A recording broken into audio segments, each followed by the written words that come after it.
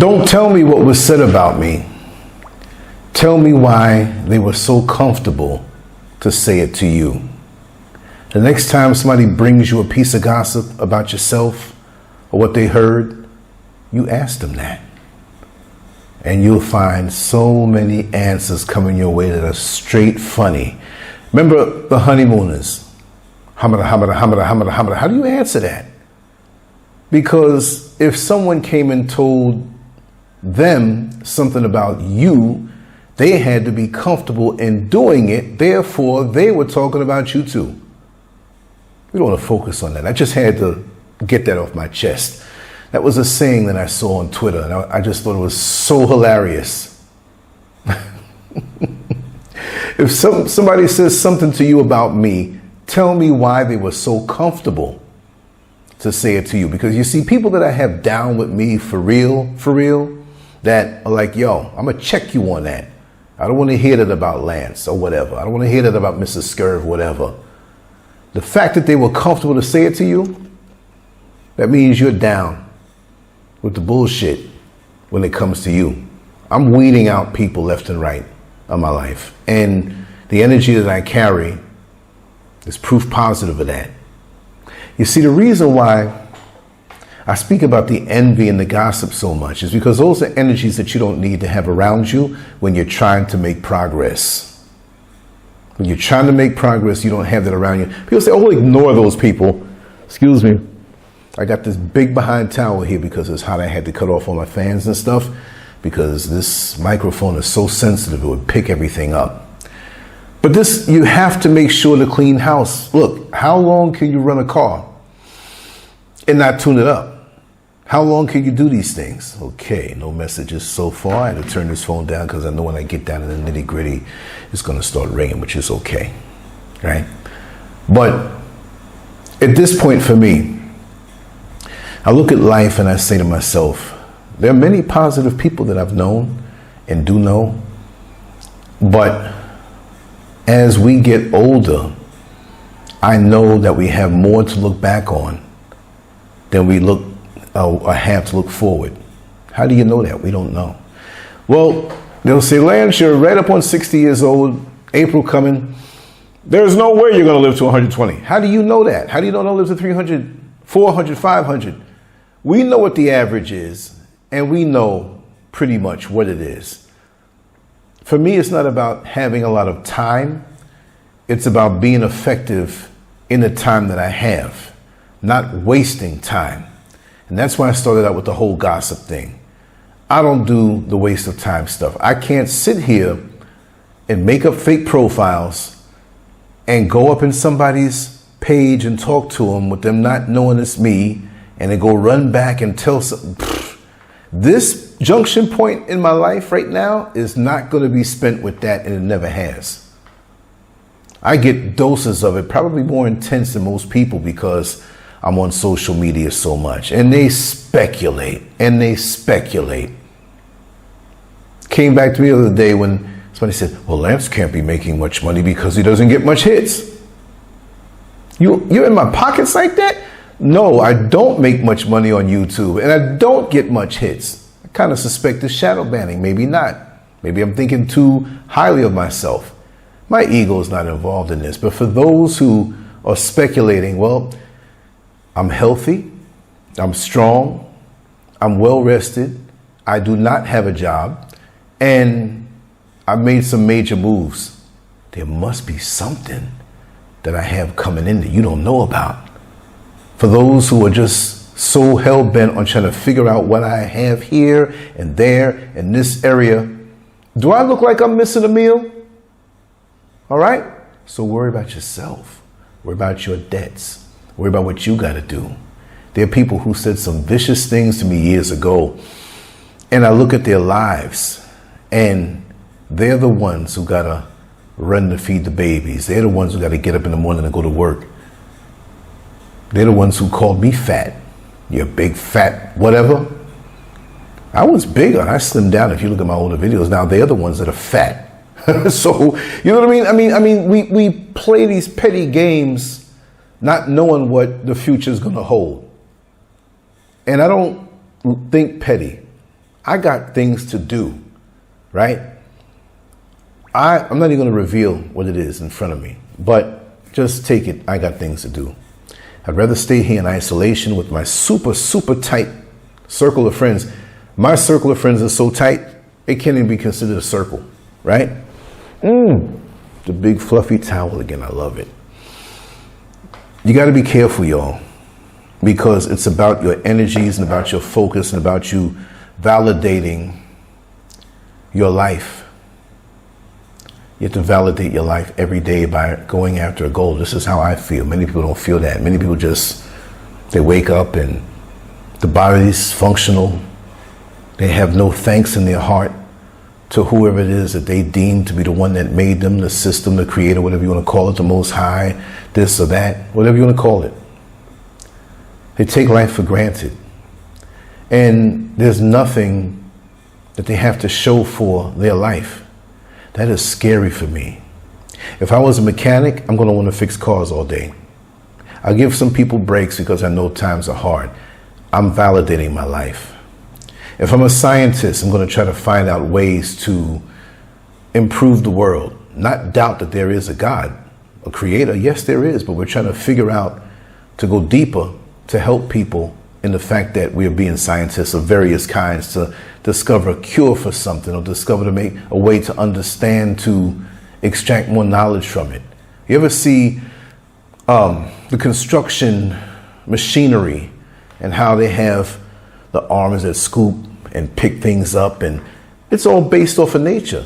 Look at a lobster, look at the hands of the lobster, the leverage that it has when it will reach out to grab you or grab something. Nature teaches us everything.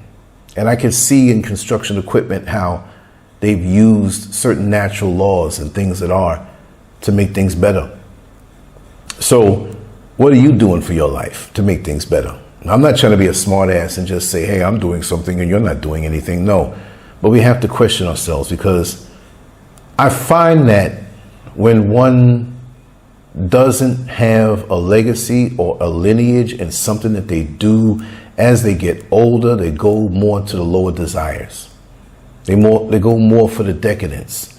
You can do that early on and switch, but when you have something you're building, if you're building a house, do you have time to run around and worry about what somebody else is doing?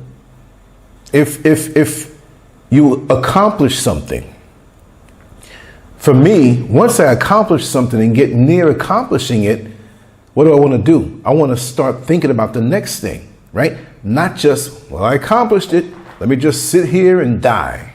Let me just sit here and get drunk or gossip or waste time and just sit here and die. Let me worry about what everybody else is doing positively. And I'm like that guy on the street begging people on a Monday morning and a Monday afternoon and a Friday when they come back with their paycheck. We know it's cashless now and things direct deposit hits the bank, but I'm going to sit there all week and watch them make progress. And then at the end of the week, I know they have money and I'm going to ask them for a handout so I can get more liquor. No, it doesn't work that way. No, I can't do it. I'm not going to do it. If you need and me and you are cool, hey, if you need and me and you are not cool, you're not getting my resources. I'm sorry. You ain't getting them from me. You ain't getting them through Mrs. SCURV either. Don't be slick. You know what I mean?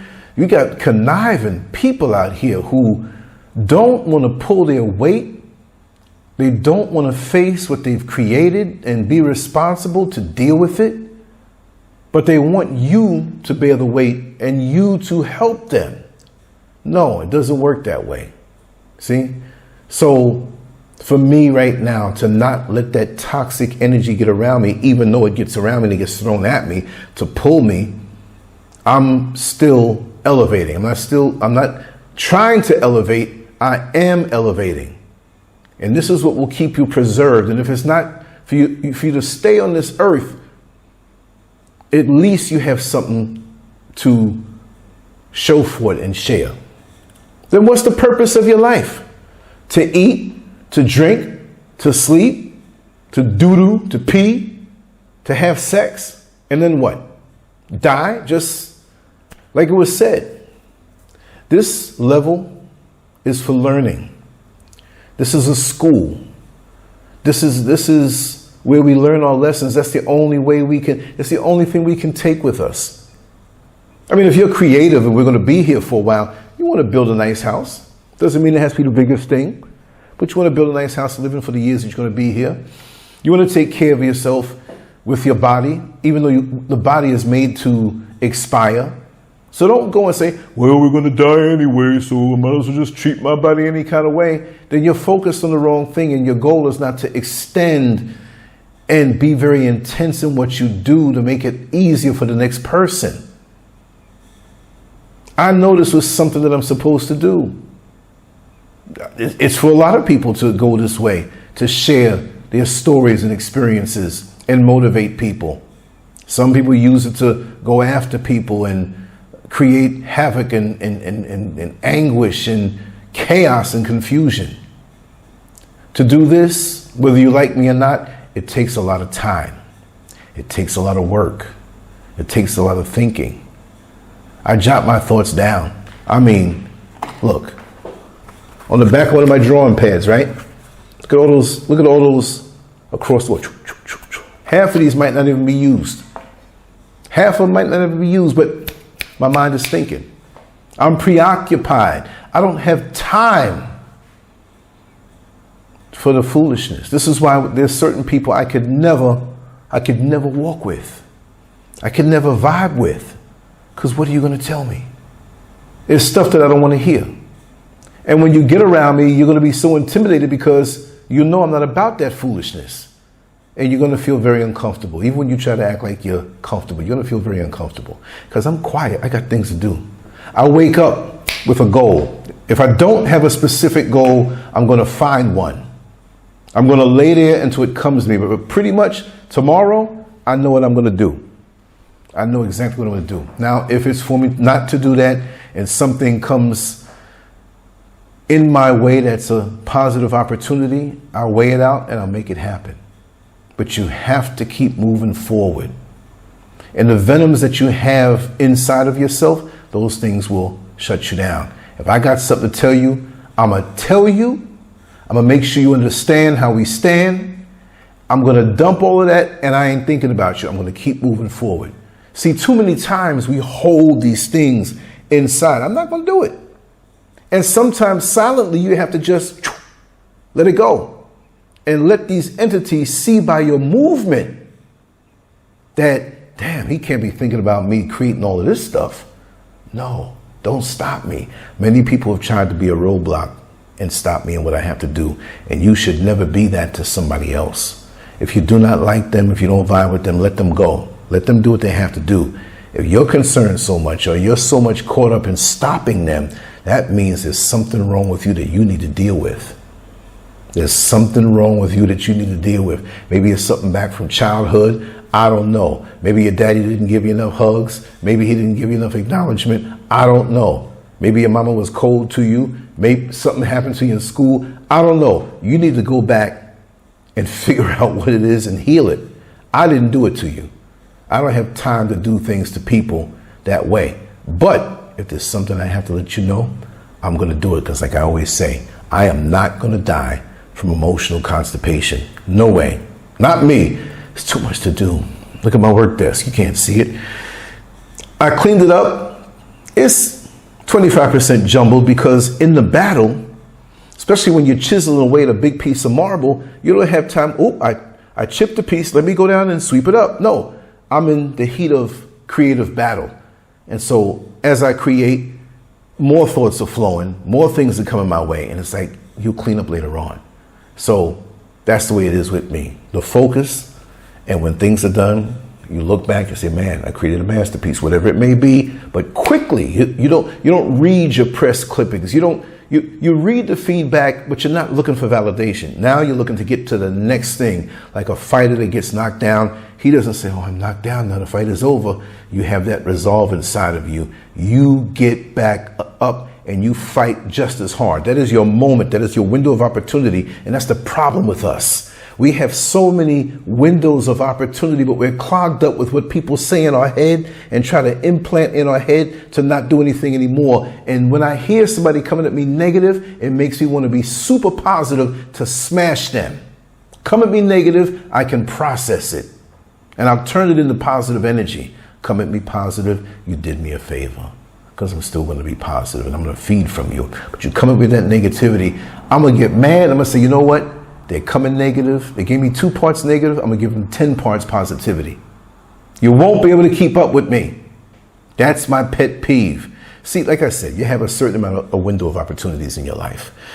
Sometimes the window of opportunities come when you're going through the most foolishness in your life, the most pain, the most confusion. You don't know where you're going to go. You don't know where your next step is going to be. Sometimes, and oftentimes, and most times what I'll say, that's when that hidden or kind of peripheral out of the side of your eye window of opportunity is to do something new. Sometimes we are stuck in a rut in a certain particular reality and we have accepted it. And sometimes something comes along to rip us out of that place of familiarity in that reality, and we have no choice but to scramble and make a new way. Why couldn't you make a new way before? Why couldn't you reach out and talk to some people who are in a different area of expertise to make you improve your game? Why couldn't you have used that time on the internet when you're looking at women shaking their behinds, or you're looking for gossip from your girlfriends, and you're back and forth texting about somebody who's not even thinking about you?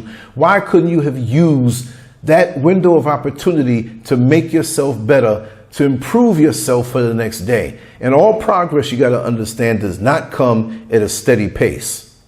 This is why you have to have multiple means of perfecting your game. See, if the power goes out and I don't have any power to record anything, well, guess what? I'll get on my phone and record something. I'll take a walk and go deep in thought. I'll get my digital recorder and grab my mic and sit outside and record something when the power is out.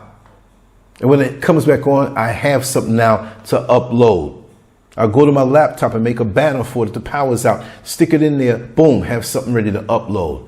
Multiple means for me creating content. But it doesn't mean you're always creating content. Doesn't mean that. Look, I remember back in, 1980? And I said this before. Bodybuilder Frank Zane, 3-time Mr. Olympia, won it in 77, 78, and 79.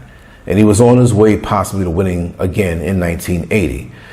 Well, he was sitting by the side of his pool and he had one of these lawn chairs that reclined, but it was made of metal. And when he reached over to lean up, to get up, the chair broke and it sliced him. Not to be lewd, but it sliced him below his testicles, but that space between your testicles and your anus, it sliced him. So this was a major injury. He couldn't train and do squats and heavy training like this. And it was weeks before, I believe, before the Mr. Olympia 1980. So he couldn't go. He couldn't go. But he said it was a time of great learning for him, because while he was in the hospital bed for a time, it wasn't forever, but he had to heal up. So he couldn't put that pressure on himself, that he took his time and read more, because he didn't have as much time to read. And we knew that he knew his body, but he took time to study. So you really should never say or feel as though you're down. There's always something to do to make you better. And I'm very keen on that. I do not waste one. I'm always thinking about progress, always thinking about it, and always reaching for it. So there's no excuse, especially now since we have the internet. You can rival any college graduate, even though you don't have the piece of paper, with things that you've studied in an orderly fashion, because face it, what is college? You pay, you put yourself in debt. They have a schedule for you, just like everybody else, where you read so much, you study so much. Why can't you do that for yourself? That's what I say. Why can't you do it for yourself? I do it for myself. The only thing I knew how to do on a computer back in 2001 was to push the on button to turn it on. I knew nothing about that. I knew nothing about programs, audio programs, video programs, editing, digital art. I knew nothing about this stuff. The stuff that I brought to the table was stuff that I knew from a teenager when I was in school. The writing, how to write, how to communicate. I've always been pretty good that way. So it wasn't like I'm some dude who's mad that, you know, Lance paid attention to school and I didn't. No, if you didn't, then that's on you. I've always had a thirst for learning. My mother always made me read, and after a while, she had to try to pull me away from reading. Not that she didn't want me to do it, but it's like, Lance, it's 3 o'clock in the morning. You haven't slept yet. You got to go to school tomorrow. I'm like, I'm reading.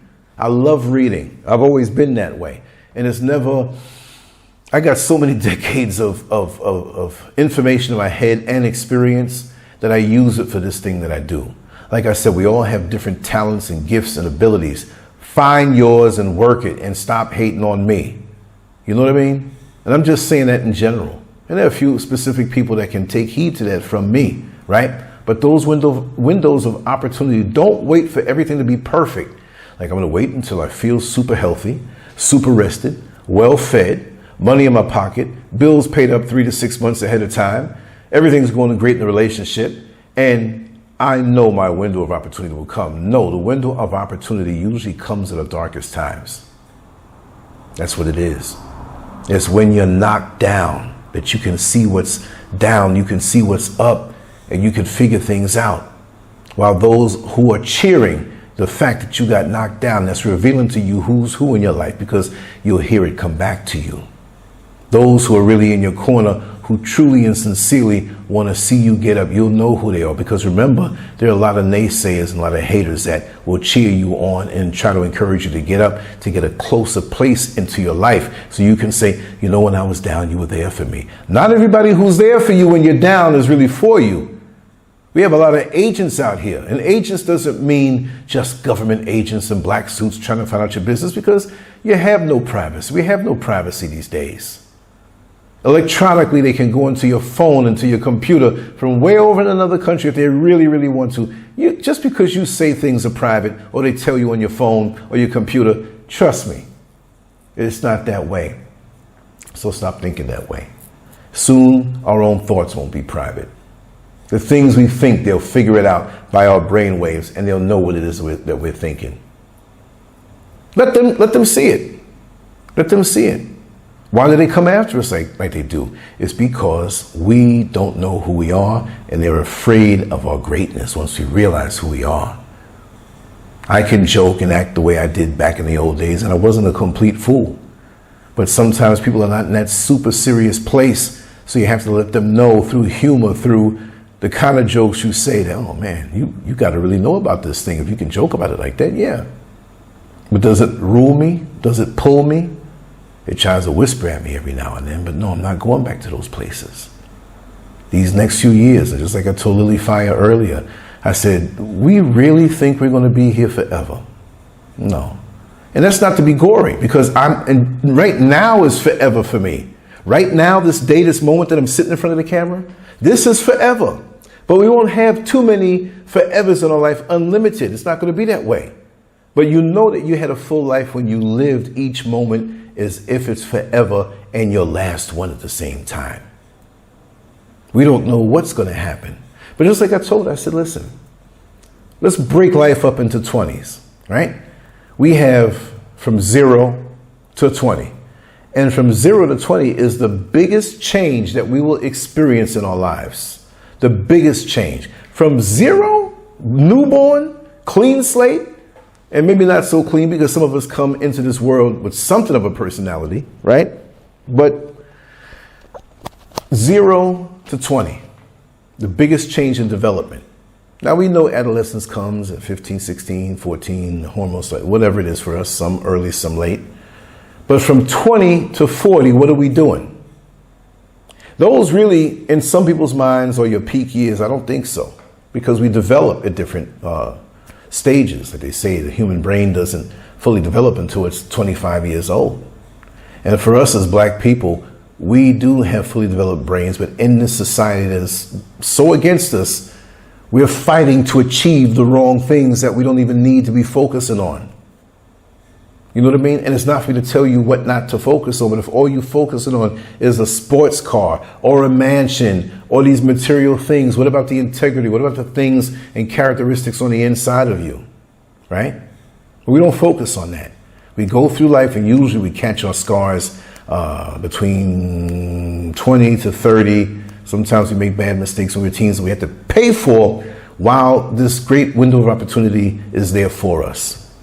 So 20 to 40, I'm just picking these numbers. 40 to 60 is a funny one. Because usually, because we didn't take care of ourselves, between 40 and 60 things happen. We realize that certain things are always going to be there, and now our perspective changes because things begin to appear that we have more behind us than we have in front of us. And a lot of us get set in our ways. A lot of us get defeated. A lot of us may make cash coming in, but our spirits are starting to wane and slow down. The things we hope for that we now have materialistically, we realize that we focused on the wrong things, right? So we get to 60. Whoo! Why do we feel so down and beat down at 60? Because somebody told you had to achieve something by a certain time frame, a certain chronological period, which is a lie. I have nothing to prove to that system that's engineered against me to wear me down. This is why it's so easy for me to leave America. And part of that system is still here. The oppressors, their tentacles reach all over the world, but it's a little easier for me here, and I can think better, and I can manifest what's inside of me. That's why every single day for me is very exciting. When I see what's going on in the world and compare it to what I've learned in this world in my life journey and be able to talk about it and have it respected. It's a beautiful thing. Right now it's what time? I can't even see the time on the computer, whatever. I've been working this Apple computer and I love it. And I thought it was so foreign. And the funny thing about it is all I had to do was put Google Chrome on there. And it's just like my other computers and it's more powerful and I'm just working it. So I'm not rubbing my eyes because I'm tired. I'm rubbing my eyes because it looked like something went in it. Yeah, I'm a little tired too. Mrs. SCURV fed me. When we came back from that walk, and I have it, it's like about an hour and a half. We walked up on the side of the road by the Abri Mountains. So we have that working. It'll probably be up by tomorrow. But I ate and fell asleep. Got a good dose of the itis. I wanted to do more, but I'm not going to push it tonight. I'm going to give in, and we can wake up and try to get it back on the camera again and just have fun. I'm having fun doing what I want to do. This is the life that I want to live. It doesn't always involve money. And then going back to the first thing, he ain't making that much money. I don't care about hits. I have a community. I have a community of wonderful people that we vibe with. I'm not trying to get the whole world to come and follow LANCESCURV. No, I'm happy with the community. I'm happy with what I'm getting from my multiple streams of income. Don't worry about it. It's okay. I am eating. I sleep good. I'm healthy. That's one of the biggest things is that we feel, okay, now there's you do want to get to a certain size, granted, but it should be effortless because things ebb and flow. Like I said earlier, progress doesn't come at a steady pace. Look, I was stuck at 108,000 followers from when I first landed here in September of 2020 to about maybe a month and a half, 2 months ago. Then it shot up. And I was slowing down. Who cares? Who cares? I'm going to vibe the same way so that when the new people come, and there will be new people coming, they're going to appreciate the work. I want it to be where there's too much work for you to see. Say, man, Lance, man, I've been following you for a year and looking at all the old stuff and I'm still not putting a dent in it. And while you look at the old stuff, some new stuff is coming. That's just how I am. I've always been that way. Even when I was involved in the sport of bodybuilding, I was always that way. I was vicious. I was fanatical. I was dedicated and committed. And it ended up being a very painful thing for me after dropping so much blood from my teenage years into this. Finding out that the level of prostitution there, the political affiliations, and if you're not affiliated with this gym or this organization, they're going to screw you over. You got judges who are homosexuals who you had to sleep with them to win certain things. And that's why when I went out of the organizations that I was usually in and went to the other one, I started winning those shows. And when I came back, they blackballed me. How dare you go somewhere else and win competitions? I'm like, this the kind of game that we're playing here? I thought if I had a better body or better developed body, that I'd be fairly the winner. I could accept the loss. I lost, and it's not really a loss. You didn't get first place, right? I got more of the other than first place, but I understood why, because okay, this time You needed to do this. You need to put a little more weight on your calves. You need to do this. You need to tighten up the midsection. And I worked at it. And I got real good at it. But there are people better than me anyway, even at my best. I'm cool with that. If I can keep on making progress, no matter what it is that I do, I'm okay with that. That's my mentality.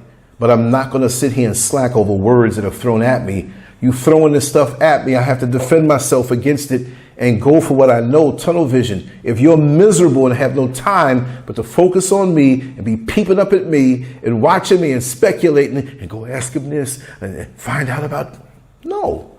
What are you doing? Look, it might be me, it might be you, but somebody's dying tomorrow in this world. Somebody's dying next week. You have a date for death. What are you doing with it now? I have a date to transition. I'm trying to get as much done as I possibly can to leave my mark for my community, for my children, for my family before I'm out of here. You see? Look at the bigger picture. And some days I unplug and float. It's like being in a boat without a paddle, and wherever the stream takes you, you need days to do that too. But when I feel it, I take it. Right? Be very careful. Who is manipulating your mind? Be very careful of those who are around you. Be very careful of those who are so comfortable to come around you to tell you what somebody else said. Ask them, why are they so comfortable to tell you that? Kindred spirits, maybe? You might have to go, just like you throw people or throw items in the recycle bin and you delete them and you delete them permanently. You must do this because you know what? Your gossip about me is not as important as me making progress and keeping my mind focused. I am a little bit physically tired right now. I feel the fatigue, but I'm still so enthused that I can't stop. I have to force myself. That's been, if anything, a problem. Going to bed 2 and 3 and 4 and 5 and 6 and 7 and 8 o'clock in the morning because I'm on this thing so much in different ways and I'm learning so much, right? And now I have the time to do it.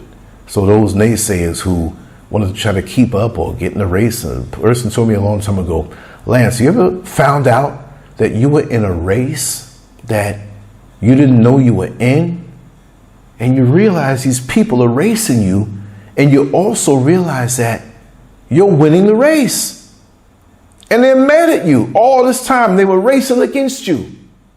And you're winning the race. And you didn't even know you were in that race. How many races are you in that you don't know about? And the people around you, some of them, not all of them, are pissed off that you're winning. And they know you don't, that they know you don't even know that you're in a race. That's amazing. I'm not a person to race or compete with anyone. I have enough creativity. I have enough of my own thoughts. My parents constructed me in a different way. And they told me I'm going to have problems as I get older because of that.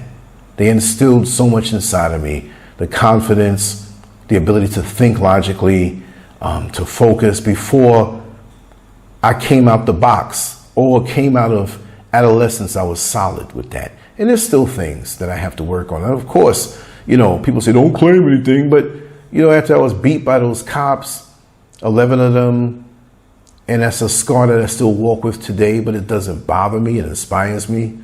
You know, you wake up one night and some dude breaks in your house, and the fright of that happening makes you not feel as safe wherever you are. Like, I'm into privacy and locking down, you know, because of that even more. Then the next night I'm riding my bike with my friend Elton, and there's a car that pulls up to me, and they got a gun in the middle, and a girl in the middle sitting there saying, is that him? Is that him? Yes, that's him. I don't rape nobody. I didn't do anything to that woman. We found out later on, of course, that it wasn't me, but they were coming to kill me. So to know those extreme, and there's a gazillion other things that have messed with my psyche that I've had to repair it and to be functional again, but they're things that I've been through. And again, I've never been a guy who, you know, people here in New York City and, oh man, that's a rough place, man, so and so. Yes, it is a rough place. It's still a very rough place. Yeah, we know Chicago, Philadelphia, Detroit. We know these are rough places. Other states that are out there. Look at Memphis. Memphis is rough. Wherever black people are, they seem to have make it where it's rough. But the thing is that I was not some killer. I was not some gangster. I wasn't some bad boy. I wasn't all of that. but I experienced that around me. And I wasn't raised that way. But when the crack era came out, even more so, we all experienced things, right? So I've had close calls, being in close proximity to situations that I wasn't really a part of. But I'll never sit up and tell you, oh, I'm some tough guy. Yeah, I've had a gun put to my head one time, 2 times. Well, 2 times, but mainly the 1 time. To my head when I was driving the vans, right? That's a whole other story. I got stories for you. You know, I dodged AIDS and herpes and all kind of diseases, being out there wild, raw dog, thinking I'm invincible, but I wasn't invincible. I was just protected. And the things that I've been through, there's a young lady who made a statement, a comment. She would like to hear how these things have affected me, especially on a sexual level. And I've been talking about doing my stuff on Patreon. I haven't done it yet, but I'm pretty much after tomorrow when I do my SoundCloud uploads, I'm ready. Not just that, but just life. And I'm going to use a little more spicy language. I want to bring you to a different reality of how I see the world. I'm on a super serious level. I'll be funny and stuff like that too, but I'll tell you what makes me tick. I've found out recently a lot of things that make me tick, that I react to, that have affected me in the past, that make me what I am. It's a thing of self-exploration. And many of us are running toward the distraction so much that we don't realize that we have an inner verse that needs to be studied. Most people are looking out up in the clouds or down the block. Where's the answer? Where's the white Jesus busting through the cloud? But all of those good things that you look for on the outside are on the inside. And usually what you encounter on the outside is not good for you at all. It's always a substitute or a hustle. Go out into nature and be still. Get away from people sometime. The wayward people distract me from going inside. I got people that send me videos. Fine, I love that. But when you send somebody 300 and 400 videos a day, what is that? What kind of life are you living? You know what I mean? So I got to ignore these things. There's a lot coming at me. I've been doing this for a long time. And I've learned a lot, met a lot of wonderful people all over the world. I'm realizing how many people I know here in Ghana. LANCESCURV, I love you. I've been following you for years. What, me? For real? Who told you? Oh, I've been following you for 10 years, 15 years, whatever. What happened? You don't draw anymore? I remember you from 2002. You out here, it's amazing. It's mind-blowing. So the confidence that comes, I'm already confident. The confidence that comes from knowing you've had a little effect worldwide, internationally, on top of, you can't chip me down. You can't break me down. Like a fighter who's undefeated, or maybe had 1 or 2 losses, you know, on a bad night, but pretty much he's a winner and he knows it. You're not going to whip me like that. There's a momentum that's coming with all of this in life. A confidence that when you stand there, a total stranger can say, oh man, something about that person, male or female, something about that person. And many of those who, because you know, now the word is going around from certain naysayers that are kicked out of my world. Oh, he's a narcissist. Oh, he's a narcissist. He loves her. I've been through a lot. What do you want me to do? Introduce you to the show and do like this? Hello, everybody. Welcome to LANCESCURV Live. Today, we're going to have a little show of quiet. Okay, here's the show. You think I'm crazy. I'm here to talk. But there's so many people who are closet narcissists who will saddle up next to you and they really want the spotlight. What spotlight? Anybody can get a camera or a phone and talk and be a talking head, and what they're talking about is so far away from what really is. We have so many people playing the fraud game. Frauds. And it feels good to live a different life and project and get the reactions from this fake persona. Anybody ask you about me, this is how I am. There are people who follow this particular platform who I've known from the 70s, late 60s, 6 years old, all the way up on different jobs, different situations, back in the freaky days. They're here. They'll say things, Lance, you know, I can't say my name, but, you know, I was that girl that you met, that whatever. So what? I am me. And there's different parts of my journey that if you can't accept it, then don't be here, right? Because I did not live a perfect life. I wasn't into the alcohol, the crime, or the drugs. Y'all know what I like, right? Am I going to be ashamed of that? My thing is to figure out, in my particular personal puzzle of my life, is to figure out what it is that made me what I am now and how I think now. If I start thinking a certain way, because I struggle. I struggle with PTSD. I didn't have to go to a white man to find that out. But after that situation with the police, and my things have been emotional. It hasn't been where I really had to live impoverished or I lacked an ego and I got to tell you how bad a man I was. You know, I was this gangster, I was this gunman, and oh, come on, get the hell out of here. You know what I mean? And it sounds so funny, you know, when I was in training in the Academy of Corrections for the correction job in Florida, immediately the SWAT team came to me. They said, listen, we need you to do a year, because when you do corrections and stuff and they're paying you at the same time, you have to give them at least a year of your service to pay up the couple thousand that they invested in you in the training. It was a SWAT team, right? And they're like, man, you know, I have skills with a gun. And they wanted to take that further, you know, the sniper type stuff. And I was telling Mr. SCURV how it is, because I hung around a few of those guys and learned a lot. I forgot a lot also, but I do have the natural ability. So it's funny when I hear people talk about how they're this and how they're that. I'm like, fool, you don't even know. You know what I mean? It is something to know something and just be quiet and let a fool talk. You know what I mean? That's just the way it is. But for me, it's always been the emotional things that I had to deal with. You know, the disappointments, the being backstabbed, the being. So this is why, for me, people see me two ways. They say, man, he's just so quiet and he's reclusive. Yes, I am that. Oh, man, he talks a lot. He's a life of the party. Yes, I'm that. I'm both of those things, but nothing in between. When it's time to be me and shine, I'm there. When it's time for you to be me and look within and correct the things that are inside of me, fine.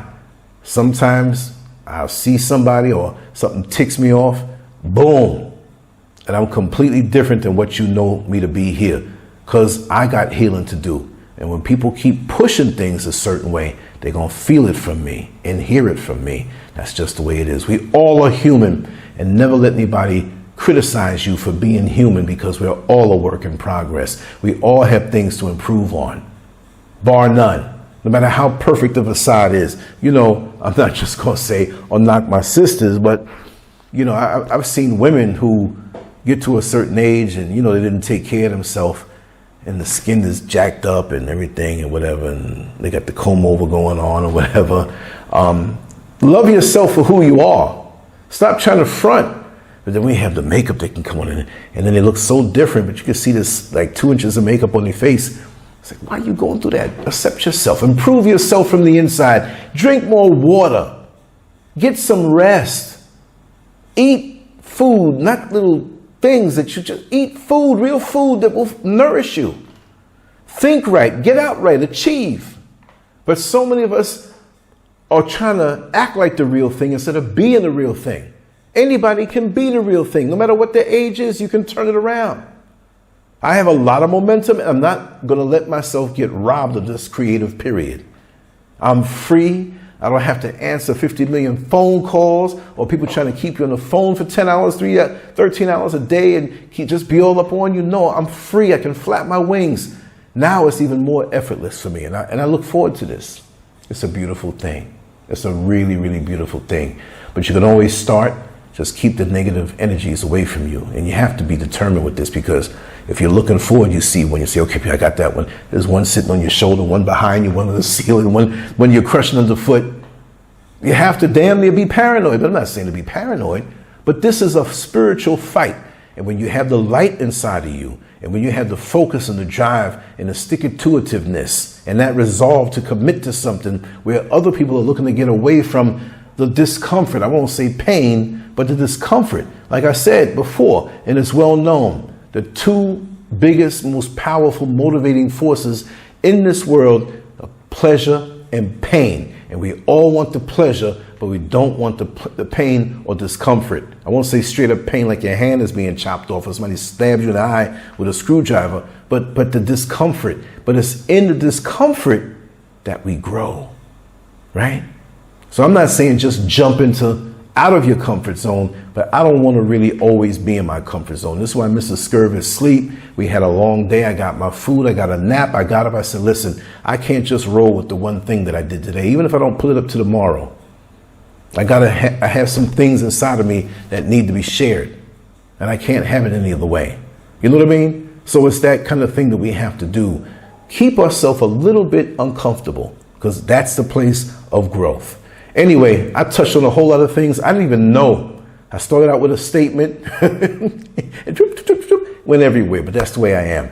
Listen, I want to talk about deeper and deeper things. I don't want to be superficial and just talk about certain few things. Yeah, we'll talk about certain events and how it affects our life, but I want to go deep, deep, deep into human nature, because I can see things for what they are.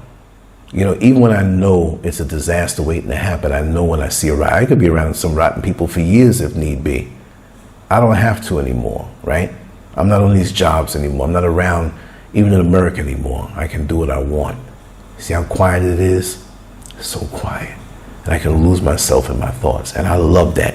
That is the ultimate heaven for me, to be able to heal up, enjoy myself, and most of all, be at peace with myself.